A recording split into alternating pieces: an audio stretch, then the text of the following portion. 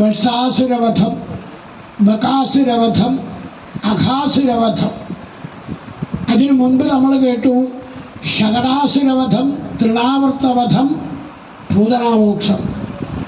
ഭഗവാന്റെ അടുത്ത് വരണവരൊക്കെ ഭഗവാന്റെ കയ്യിൽ നിന്ന് ലോകത്ത് മറ്റാരും മേടിക്കാത്ത പുതിയ പുതിയ പുതിയ പുതിയ അനുഗ്രഹങ്ങളാണ് മേടിക്കുന്നത്. അത് ഓരോ കഥയിലും വ്യക്തമാക്കുന്നു. അത് പുതിയ പുതിയ ഭാവങ്ങളാണ്. ഒന്നും ഞാൻ അറിഞ്ഞിട്ടില്ലേ എന്ന കുട്ടിത്തെ ഭഗവാൻ പ്രകടിപ്പിക്കുന്നുള്ളൂ. ഇപ്പോൾ ആ കാട്ടിൽ ഉണ്ണാന്നും പറഞ്ഞ് ചെന്നപ്പോൾ നമ്മൾ പറഞ്ഞ് കേട്ടില്ലേ, വത്സാസുരനെയും ബകാസുരനെയും അഘാസുരനെയും കൊന്നു എന്ന്. ചോറും കറികളുമായിട്ട് പുറപ്പെട്ടത്. അമ്മേ പൈക്കുട്ടികളെ മേച്ച് നടക്കുമ്പോൾ നേരത്തെ ഇങ്ങോട്ട് വരണം, അപ്പം പിന്നെ പറ്റണില്ല കളിക്കാൻ. അവിടെ ചെന്നാൽ നേരത്തെ വരണ്ടേ, അപ്പോൾ പിന്നെ ചോറും കറികളും അങ്ങോട്ട് കൊണ്ടുപോകാം. ഉരുട തരണം.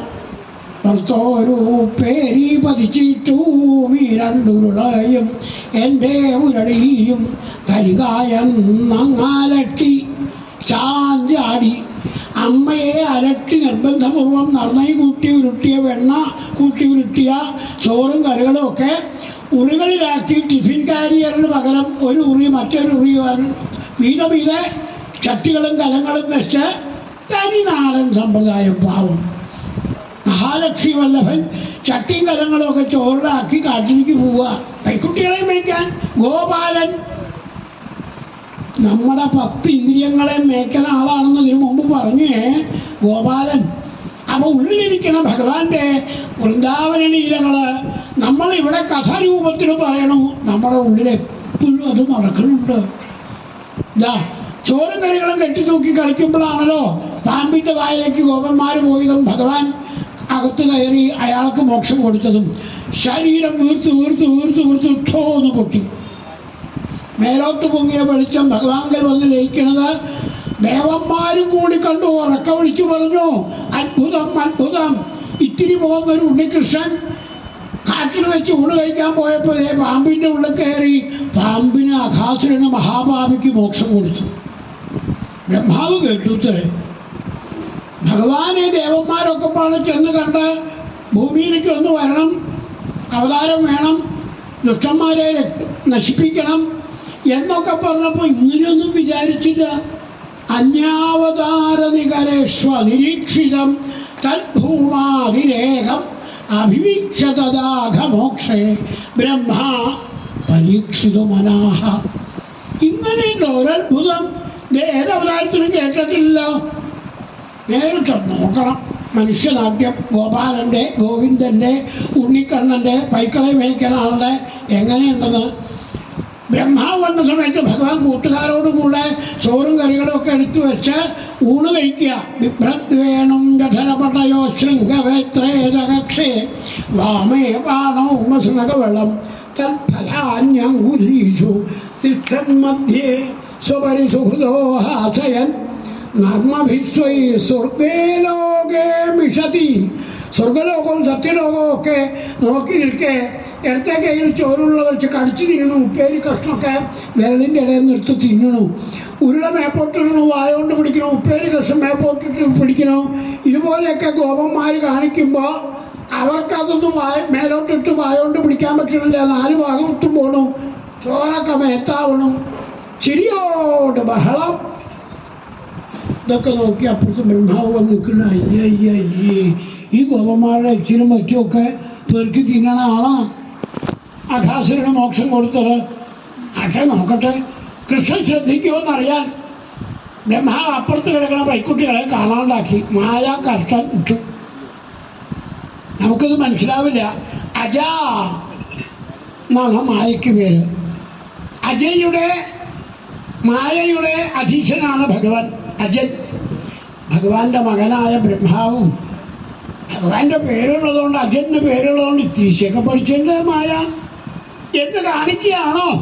ഭഗവാന്റെ മുമ്പിൽ ഇയാളുള്ള മായക്ക് എന്ത് വിലയുണ്ട്? അത് ആലോചിക്കണില്ല ബ്രഹ്മാവ്. തൻ്റെ അച്ഛനായ ഭഗവാനെയാണ് താൻ പരിശോധിക്കാൻ വരണതെന്ന് ഒരിടയച്ചക്കൻ തോന്നിയാലോ? പൈക്കുട്ടികളെ മറിച്ചു. ഭഗവാൻ ഗോപന്മാരെ ഇവിടെ ഇരിക്കുന്നുണ്ട്, ഞാൻ ഇപ്പോൾ വരാം. പൈക്കുട്ടികളെ നോക്കി വരാൻ നിങ്ങൾ എണീക്കരുത് കേട്ടോ, ഇല്ലെങ്കിൽ ഞാൻ ഇങ്ങനെ വിളിച്ച് നടക്കേണ്ടി വരും എന്നൊക്കെ പറഞ്ഞാൽ അവിടെ നിന്ന് പോയി. ഡോ ബ്രഹ്മാവെ വേണമെങ്കിൽ ഇവരെയും കൂടി മറിച്ചോളാൻ എന്ന് ഭഗവാൻ ക്ഷണിക്കണ പോലെ അതൊന്നും പാവം ബ്രഹ്മാവിന് മനസ്സിലായില്ല. ബ്രഹ്മാവ് ഒന്ന് പൈക്കുട്ടികളെ കാണാണ്ടാക്കിയ പോലെ ഗോപന്മാരെ കാണാണ്ടാക്കി. ആദ്യം പറഞ്ഞില്ലേ കഷ്ടമുള്ള പോലെ പൈക്കുട്ടികളെ ഒന്നും കാണാനില്ല. ഗോപന്മാർ പോയോ? നിങ്ങളോട് ഞാൻ പറഞ്ഞതല്ലേ ഇവിടെ ഇരിക്കണമെന്ന് ഒന്നും അറിയാത്തൊരു പാവം കുട്ടിയുടെ ദൈന്യഭാവം. ബ്രഹ്മാവ് പറഞ്ഞു ഇത്രയ്ക്കൊക്കെ ഉള്ളൂന്നപ്പോൾ തീർച്ചയായും ഇല്ലെങ്കിൽ ഞാൻ വന്നത് അറിയില്ലേ? ഭഗവാൻ അറിയാം. സ്വയൈവമായ യാജോവി സ്വയമേവ വിമോഹിത. അതാണ് ബ്രഹ്മാവിൻ്റെ അവസ്ഥ. ബ്രഹ്മാവ് അങ്ങനെയല്ല വിചാരിച്ചതെന്നർത്ഥം. ഞാൻ കാണിച്ചതൊന്നും കൃഷ്ണന് മനസ്സിലായിട്ടില്ല. ഗോപന്മാരെ വിളിക്കാൻ നോക്കുമ്പോൾ അവരില്ല. ഇപ്പം എന്താ തെരഞ്ഞിങ്ങനെ നടക്കുക പാവം. ബ്രഹ്മാവ് പറഞ്ഞു വിചാരിച്ചു ഞാൻ സത്യലോകത്ത് പോയി വന്നേക്കാം. സത്യലോകത്ത് ചെന്നപ്പോഴേ അവിടെ വേറെ ബ്രഹ്മാവുണ്ട്. ബ്രഹ്മാവിൻ്റെ കാവക്കാർ ബ്രഹ്മാവിനെ ആരടാ നീ 4 തലയും വെച്ച് വന്ന് അവിടെ ഇരിക്കാൻ പറ്റുമെന്ന് വിചാരിച്ചു. കടകളോ പുറത്ത് അടിക്ക് കാവക്കാർ തന്നെ എന്ന് തോന്നി. ബ്രഹ്മാവ് പേടിച്ചു. നോക്കുമ്പോൾ അവിടെ വേറെ 4 തലയുള്ള ബ്രഹ്മാവ് ഇരിക്കുന്നുണ്ട്. ഓട്ടി ഇവിടെ വന്നപ്പോൾ ഭഗവാൻ ബ്രഹ്മാവ് പോയി വന്ന 1 കൊല്ലക്കാലം, ബ്രഹ്മലോകത്ത് പോയി തിരിച്ചു വന്ന കാലം ഭൂമിയിൽ സകല പശുക്കുട്ടികളും സകല ഗോപന്മാരുമായിട്ട് സുഖമായിട്ട് കളിക്കുകയായിരുന്നു. ഇതിട്ടോ ബ്രഹ്മാവിന് മനസ്സിലാവും. ഇവിടെ വന്നപ്പോൾ ഭഗവാൻ കളിച്ചുകൊണ്ടിരിക്കുന്നുണ്ട്. അപ്പം ഞാൻ മറിച്ച പൈക്കുട്ടികളോ അവരവിടെ ഉണ്ട്, മറിച്ച ഗോപന്മാരോ അവരവിടെ ഉണ്ട്. ഭഗവാന്റെ ഒപ്പം അവരൊക്കെ കളിക്കുന്നുണ്ട്. ഒക്കെ double double double double double ആയി. യാവത്കൽപകവപുരിയാവൽക്കരാഘേ അധികം യാവദ്യഷ്ടി വിഷാണവേണുദളശി യാവത് വിഭൂഷാംബരം യാവത് ക്ഷീരഗുണാഭിധാകൃതിവയ യാവത് വിഹാരാധികം സർവം കൃഷ്ണമയം. തല ചിറ്റി ബ്രഹ്മാവുദ്ധീം അവിടെ വീണപ്പോ ചെരിഞ്ഞ സ്ഥലമായത് കാരണം ഉരുണ്ട് വന്നു വീണത് തത്രോദ്വഹൽപശുഭവംശ ശിശുത്വനാട്യം ഭഗവാന്റെ പാദത്തിലാണ്. ഗോപന്മാരെ കണ്ണൻ്റെ ചുറ്റും പശുക്കളും വല്ലവ പെണ്ണുങ്ങളും നിന്നിടുന്നു. ഭഗവാനും ഗോപന്മാരും പശുക്കളും മാനുകളും മുയലുകളും വട്ടട്ട് നിൽക്കുന്നതിൻ്റെ കൂട്ടത്തിൽ ഉരുണ്ട് വരണു. 4 തലയുള്ളൊരു പുഴു എന്നാ തോന്നുക. അത്ര നികൃഷ്ടനെ പോലെ ആയി ബ്രഹ്മാവിൻ്റെ ഒരവസ്ഥ. തല പൊക്കി ഭഗവാന്റെ മുഖത്തേക്ക് നോക്കാൻ നാണം കൊണ്ടാവണില്ല. എൻ്റെ അച്ഛനായ ഭഗവാനെയാണല്ലോ ഞാൻ പരിശോധിക്കാൻ ശ്രമിച്ചത്. തെറ്റീന്ന് ഉള്ളിൽ വിചാരിച്ച് കാക്കൽ വീണ് കിടന്നു ഉരുണ്ട് കണ്ണീര് കൊണ്ട് കാല് നനച്ച് സ്തുതിച്ചു. 10-40 ശ്ലോകം ബ്രഹ്മാവിൻ്റെ സ്തുതിയാണ്. അതിലൊക്കെ തൻ്റെ പോരായ്മ ഭഗവാനെ മനസ്സിലാവായ പറഞ്ഞു. ധന്യതേ ബ്രഹ്മാവ് ആദ്യത്തെ സ്തുതിയിൽ 3യ സ്കന്ധത്തിൽ പറഞ്ഞത് ഭഗവാനെ അടിയനെ അവിടുത്തെ മനസ്സിലായി. എന്താണ് മനസ്സിലായത്? മനസ്സിലാവില്ല എന്ന് മനസ്സിലായി. അത്രന്നെ ഇപ്പോഴും ആയിട്ടുള്ളൂ. ഇത്രയൊക്കെ മനസ്സിലാക്കി കൊടുത്തിട്ടും ലവലേശം ഭഗവാനെ നമുക്ക് മനസ്സിലാവണില്ല എന്ന് നമ്മുടെ ഉള്ളിലേക്ക് നോക്കിയാൽ നമുക്ക് ബോധ്യം വരും. ആ അവസ്ഥയല്ലേ നമ്മളെ ബ്രഹ്മാവ് സ്തുതിച്ച് അവസാനം താണ് എവിടം വരെ എത്തി? ഇവിടെയുള്ള പശുക്കളും ഗോപന്മാരും മാനുകളും മുയലുകളും ഒക്കെ കോടാനുകോടി വൈകുണ്ഠനാരായണന്മാരായിട്ട് അടിയൻ കാണുന്നു. അടിയൻ്റെ അച്ഛനായ അവിടുന്ന് ശിവപത്മനാഭനായി കിടക്കുമ്പോൾ പത്മനാഭൻ്റെ നാഭികമലത്തിൽ ഇരിക്കേണ്ടുന്ന ഞാൻ അവിടുന്ന് എൻ്റെ അച്ഛനെ ഞാനൊന്ന് പരിശോധിച്ചേക്കാം എന്ന് വിചാരിച്ചു വന്നതുപോലെ ആയില്ലേ? തെറ്റാണ്. അടിയന് വിനയമില്ല, അഹങ്കാരമേ ഉള്ളൂ. അത് ബോധ്യമായി. ഈ പൈക്കൾക്കും മാനുകൾക്കും മുയലുകൾക്കുമുള്ള ഭഗവാനോടുള്ള വിധേയത്വം എൻ്റെ സൃഷ്ടിപ്പെട്ടിട്ടുള്ള ജന്തുക്കളെന്ന് വിചാരിച്ചിട്ടും എനിക്കുണ്ടാവണില്ലല്ലോ. ക്ഷമിക്കണേ.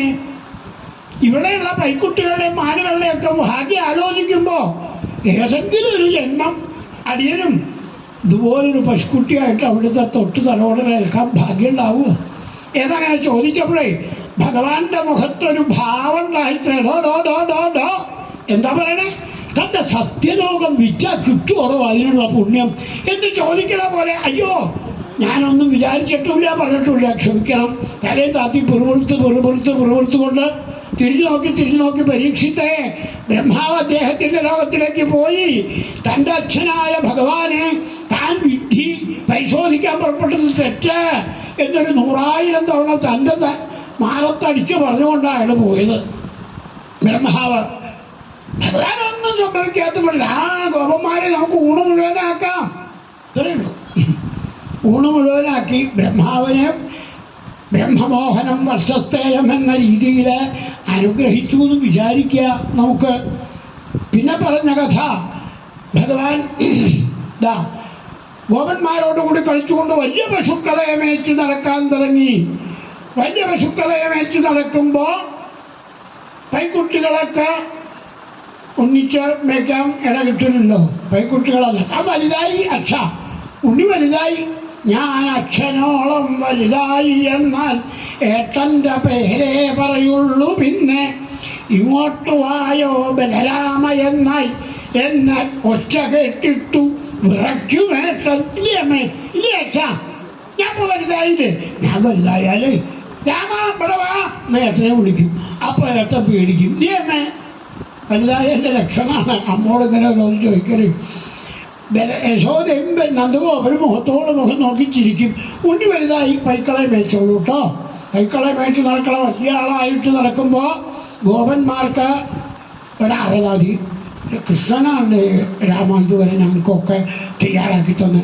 രാമൻ പോയിട്ട് അവിടെ കരിമ്പനപ്പുഴമുണ്ട്, അത് ഞങ്ങൾക്ക് തരുമോ? അവിടെ അസുരണ്ട്, അത് ഞങ്ങൾ പറയാൻ പേടിക്കണേ. രാമനങ്ങൾ ചെന്നിട്ട് കരിപ്പനകൾ അനവധി എണ്ണം കൂട്ടിപ്പിടിച്ച് കുലുക്കിയൊക്കെ താഴെ വീണു. ഒപ്പം അസുരൻ കഴുതയുടെ വേഷത്തിൽ ചാടി വീണ് അവൻ ബലരാമനെ ചവിട്ടാൻ ശ്രമിച്ചു. കാര്യം കാണാൻ കഴുതക്കാല് പിടിക്കണമെന്ന് പറയണ പോലെ അവൻ്റെ കാല് പിടിച്ച് ബലരാമൻ ചുറ്റിച്ചൊരേറെറിഞ്ഞു. അവൻ ചത്തുമലച്ച് വീണു. ഇനിയിപ്പോൾ എന്താ, ഏട്ടനിങ്ങനെ ഓരോന്നിനിടപെട്ടാൽ പറ്റില്ല. അതുകൊണ്ട് ഓമാന കൂട്ടൻ ഗോവിന്ദൻ ബലരാമാനെ കൂടെ കൂടാതെ കാളിയമർദ്ദനത്തിന് ഇതുപോലെ ഏട്ടം വന്നാൽ, ഏട്ടം വലിയ പാമ്പാ ലോകത്തിലെ അനന്തൻ. എടാ കാളിയാ പോ എന്ന് പറഞ്ഞ് ബലരാമൻ ഒരൊറ്റ കാളിയെ തെറിച്ചു പോകും. പിന്നെന്താ കാളിയമർദ്ദനത്തിന് ഭംഗി? അതുകൊണ്ട് ഏട്ടനെ കൂടാതെ പോയി. കാളിയം കിടക്കണ കയത്തിൽ അനവധി ഗോപന്മാരും പശുക്കളും ഇറങ്ങി വെള്ളം കുടിച്ചു ചത്തു വീണു. ഉടനെ ഭഗവാൻ കടമ്പ് വൃക്ഷത്തിൽ കയറി വെള്ളത്തിലേക്ക് ചാടി തിരയടിച്ച് മേലോട്ട് പൊങ്ങി. അപ്പോ അതിരിക്കതപണിരാജഭണൻ 1000 ഭണങ്ങളുമായിട്ട് പാമ്പ് കൊത്തണു, കെട്ടണു, വരിക്കണു, താത്തണു. അരുതേ കൃഷ്ണ, അങ്ങോട്ട് പോകരുതേ എന്ന് പറഞ്ഞതല്ലേ ഞങ്ങള്. കാളിയൻ്റെ ചുറ്റിലേക്ക് ഭഗവാൻ തല പിടിച്ച് താത്തി അങ്ങോട്ട് കയറി ചുറ്റിൽ നിന്ന് ഊരി. ഉടനെന്തോ ചെയ്തിട്ടുടനൂരി കയറി പടങ്ങളിലൊന്നിൽ തുടങ്ങി നൃത്തവും. നൃത്തം ചെയ്യണം കാളിയൻ്റെ ഫലങ്ങളിൽ, ഡാൻസ് പ്രോഗ്രാം. മഹാദേവൻ തുടങ്ങിയവരൊക്കെ കാണാമെന്നുണ്ട്. ലോകത്തെ എല്ലാവരും. ഇനിയിപ്പോൾ ബലരാമന് തന്നെ വീട്ടിലിരിക്കാൻ പറ്റുമോ? എന്തോ കൃഷ്ണ ആപത്ത് പറ്റിയില്ലോ എന്ന് പറഞ്ഞ് വന്നവരൊക്കെ നോക്കി നിൽക്കുമ്പോൾ അവരെ തടുത്ത് വെള്ളത്തിൽ ചാടരുതെന്ന് പറയാനാണ് ബലരാമൻ്റെ ചുമതല. ഇതിനാണ് ഏട്ടനെ കൂടാതെ ആദ്യം പോകുന്നതും. ഇപ്പോൾ ഭഗവാൻ വെള്ളത്തിൽ തുള്ളല്ലേ, നൃത്തം ചെയ്യല്ലേ. അപ്പോൾ ബലരാമന് ഡ്യൂട്ടി വളണ്ടിയറായിട്ട് എല്ലാവരെയും തടുക്കുക. കാളിയൻ്റെ തലേന്ന് ചോര അങ്ങനെ ഇറ്റിറ്റ് വീണപ്പോൾ കാളിയഭക്തിമാർ സ്തുതിച്ചു. ഇവിടുന്ന് ഈശ്വരനാണ്, ഇനി ചവിട്ടിയാൽ ഞങ്ങളുടെ ഭർത്താവ് ചത്തുപോകുമല്ലോ, അതിന് ഈ കുട്ടികൾക്കൊക്കെ അച്ഛനില്ലാണ്ടാവൂലോ. ഭഗവാൻ പറഞ്ഞു, ഇടോ കാളിയ, തൻ്റെ ഭാര്യമാർ പറഞ്ഞുകൊണ്ട് ഞാൻ നൃത്തം നിർത്തി. താൻ ഗരുഡനെ പേടിച്ചാണ് ഇവിടെ വന്ന് നിൽക്കണതെന്ന് പറയണ്ട, ഗരുഡനൊന്നും ചെയ്യില്ല. എൻ്റെ കാലിൻ്റെ പാട് തൻ്റെ എല്ലാ പുസ്തകത്തിലും സീല് വെച്ച് തന്നിട്ടുണ്ട്, പൊക്കോളാൻ പറഞ്ഞു. കാളിയൻ ഭാര്യമാരോടുകൂടി സ്ഥലം വിട്ടു. ഇവിടെ ഇങ്ങനെ വന്നപ്പോൾ രാമൻ വന്ന് കെട്ടിപ്പിടിച്ചു, യശോദ നന്ദഗോപരൊക്കെ കെട്ടിപ്പിടിച്ചു. അവിടെ പട്ടിണി കിടന്നു. ബലരാമനും കൃഷ്ണനും, അല്ലെങ്കിൽ ഇതാ ഏട്ടനും അച്ഛനും മകനും അനിയന്മാർക്കും ഏട്ടന്മാർക്കും എന്ന് പറയാ, സകല ആളുകൾക്ക് സന്തോഷമായി കിടക്കുമ്പോഴാണ് കാട്ടുതീ. കൃഷ്ണ തീയ, ഭഗവാൻ ആ തീയിട്ട് കുടിച്ചു, ഒരു കുഴപ്പമുണ്ടായില്ല. ഇങ്ങനെ രക്ഷിച്ചുകൊണ്ടുള്ള അത്ഭുതങ്ങളിതാ ഇനിയും പറയാൻ പോവുകയാണ് ശ്രീശുക ബ്രഹ്മർഷി. श्रीकृष्णाय नमः।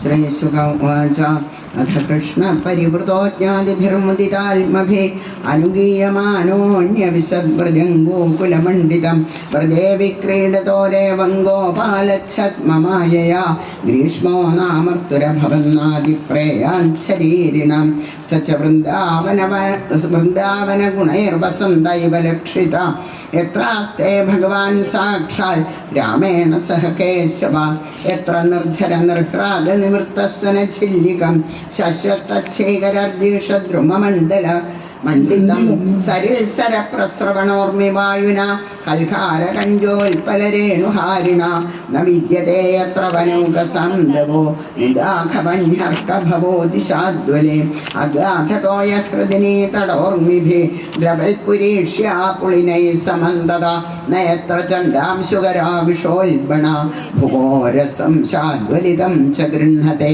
वनङ्कुसुमितं श्रीमन्नदचित्रमृगद्विजं गायन्मयूरभ्रमरङ्गूजल्कोकिलसारसं क्रीडिष्यमाणस्तल्कृष्णो भगवान् बलसंयुता वेणुं विरणयन् गोपैर्गोधनैः संवृतो विशल् भवा प्रमाळबर्हस्तवगश्रद्धातु कृतभूषणा रामकृष्णादयो गोपाननृदु युयुधुर्जगो कृष्णस्य नृत्यत केचिज्जगु केचिदवादयन् वेणुपाणितलैः शृङ्गैः प्रशशं सुरथापरे गोपजातिप्रतिच्छन्नौ देवा गोपालरूपिण ईडिरे कृष्णरामौ च नडा इव नडं नृप ब्राह्मणैर्लङ्घने क्षेपैरास्फोटनविकर्षणैः चिक्रीडतुर्नियुद्धेन काकपक्षधरौ क्वचिन्नृत्यल्सु चान्येषु गायकौ वादकौ स्वयं शशंसतुर्महाराजा साधु साध्वितिवादिनौ क्वचिल् बिल्वै क्वचिल् कुम्भै क्वचामलकमुष्टिभिः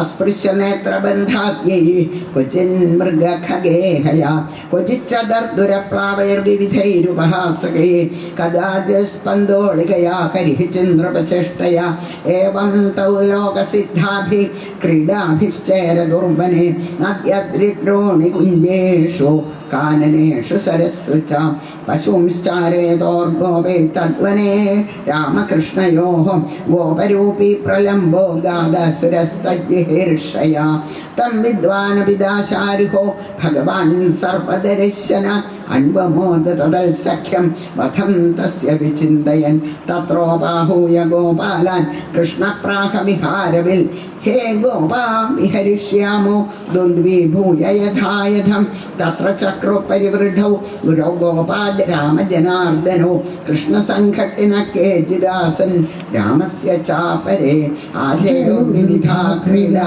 बाह्यवाहकलक्षणाः यत्र आरोहन्ति जयदारो वहन्ति च पराजिता वहन्तो वाह्यमानाश्चाचारयन्तश्च गोधनं भाण्डीरकं नाम वडं जग्मुः कृष्णपुरोगमाः रामसङ्घट्टिनो यर्हि श्रीरामवृषभादया क्रीडायां जैनस्तां स्थाणुः कृष्णादयो नृप उवाच कृष्णो भगवान् श्रीरामानं पराजिता वृषभं भद्रसेनस्तु प्रलम्बो रोहिणी सुतम् अविषह्यं मन्यमान कृष्णं दानवपुङ्गवा वहन् द्रुततरं प्रागल् अवरोहणतः परं तमुद्वहन् धरणिधरेन्द्रगौरवं महासुरो विगधरयो निजं वपु सा स्थितः पुरडपरिच्छदो बभौ तड्युद्युमानुडुपदि वाडिवाम्बुदा निरीक्ष्य तद्पुरलमम्बरे चरल् प्रदीप्तदृग्भ्रुकुटितटोग्रदमुष्ट्रकं ज्वलच्छिखं कडगकिरीटकुण्डलत्विषाद्भुतं हलधर ईषदत्रसल् अथागतस्मृतिरभयोरिपुम्बलो विहाय सार्थमिव हरन्दमात्मना रुषाहनच्छिरसि दृढेन मुष्टिना सुराधिपो गिरिमिव वज्ररंहसा साहतः सपदि विशीर्णमस्तको मुखाद्वमन्युधिरमपस्मृतोऽसुरां महारवं व्यसुरपतल् समीरयन् गिरिर्यथामखवतायुधाहता दृष्ट्वा प्रलम्बं निहतं बलेन बलशालिना गोपासु विस्मितासन् साधु साध्वितिवादिना आशिषोऽभिगृह्णन्दस्तं प्रशशंसुस्तदर्हणं प्रत्यागतमिवालिङ्ग्या प्रेमविह्वलचेतसा पापे प्रलम्बे निहते देवा